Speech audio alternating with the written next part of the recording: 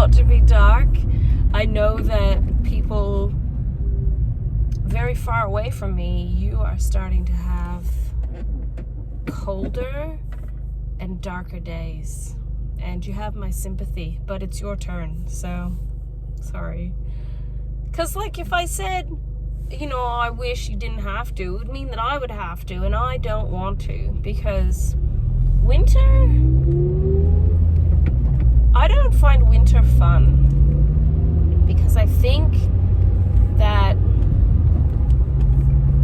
it's the lack of warmth and the lack of sunlight. I don't know. Anyhow, that's my story, and I'm sticking to it. So, we are back for another weekly thought, and as usual, like in my last video, I've been having many thoughts, and I've been trying to think about, like, what are a lot of my thoughts about? And I think a lot of my thoughts are about, like, growing as a person, changing, and letting go. And I've been really stuck on, like, if you have had childhood trauma, and it's like you go from living through it to becoming aware of it to then trying to get over it. It's hard. It can be very hard depending on what you have faced to get over it. And it got me thinking about how are there some people that seem to not be bothered by anything, and there's people that are bothered by everything, or there are people that are considered glass half full, and there are people who are considered glass half empty, and there's positive and negative. It's always very polarizing between the two. And I was like, how do I become one of those, like, easygoing kind of people? Like, I feel like I'm easygoing, mostly because I have 10 children, and I tell people when they claim, like, that I'm so relaxed, or how could you be sane, or you seem so happy, that I'm like, well, because I grew up with my children, and I kind of raised them and myself at the same time. So I've used up all my extreme level of stress, worry, and anxiety. It's already used up. And so now I'm, like, stepping into the more relaxed.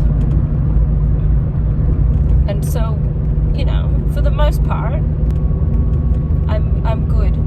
But I still have those wobbly moments of thinking, will I ever truly overcome the deep sadness parts, the missing parts? The difference, or like the key for me, has been two things.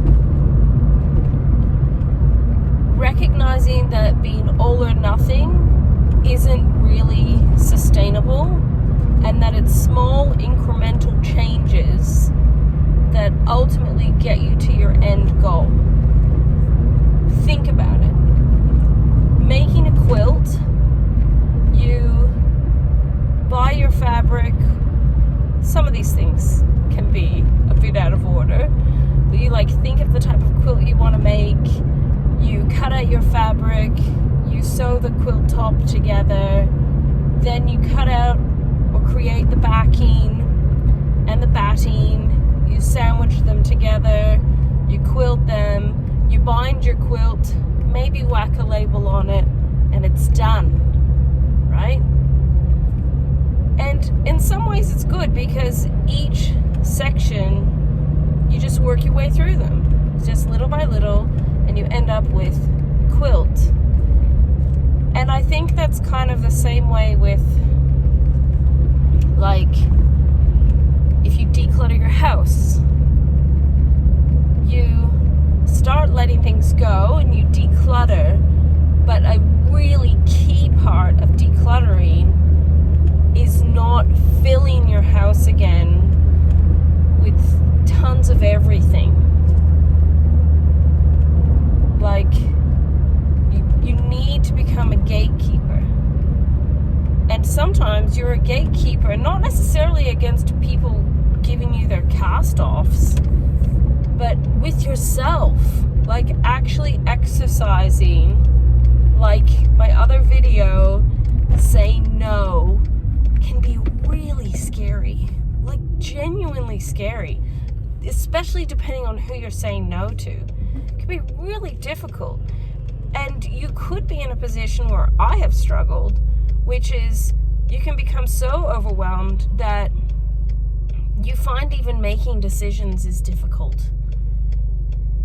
It's obviously not like this huge topic that I can just bundle up super quickly and it's like one and done. I think it's kind of like an ongoing conversation that you might have to have with a person or with yourself, with your own mind. Really connecting with your own thoughts can be fraught with danger, because you might start thinking about bad things that happen to you when you just need to make a decision about what you want to order at the restaurant. Like, it's really, the human mind is so like complex, and then you add in emotion to it. So the first thing, just to make myself clear, is doing it bit by bit, small steps towards the end goal. Sometimes you're even doing that when you don't exactly know what the end goal is. And the other thing is practice. So remember, your anxiety may have originally happened because of trauma that was inflicted like upon you.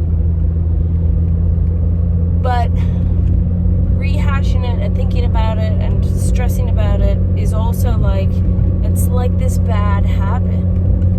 So it's practicing. The thought may come up, and then you just say to yourself, and this is what I've been doing, and it's been working. A thought comes up, I start feeling anxious, I start worrying that someone's upset with me, and then I say, let it go. And the first time I did that, some person was upset with me in a car park, really important stuff. And I found myself driving home, like, replaying this person that was upset with me when I hadn't even done anything wrong. But I was starting to take it on board as if I had done something bad or wrong, and I was in trouble. As soon as I recognize that I'm starting to fear that I'm in trouble, it's a fairly big warning sign that I'm not thinking clearly. So I just practice saying, let it go. Don't worry about it. It's very challenging, I tell you what. So that's been, I guess my thought for the week is, handling stress, worry, handling thoughts that come up that I don't want to think. I just remind myself, little by little, practice, release, focus on positive things. It's not easy. It's definitely can be challenging, but I do think it's very worth it. I really do. So I don't know. There you go. That's my thought. I'm gonna go now, and I'll talk to you again soon.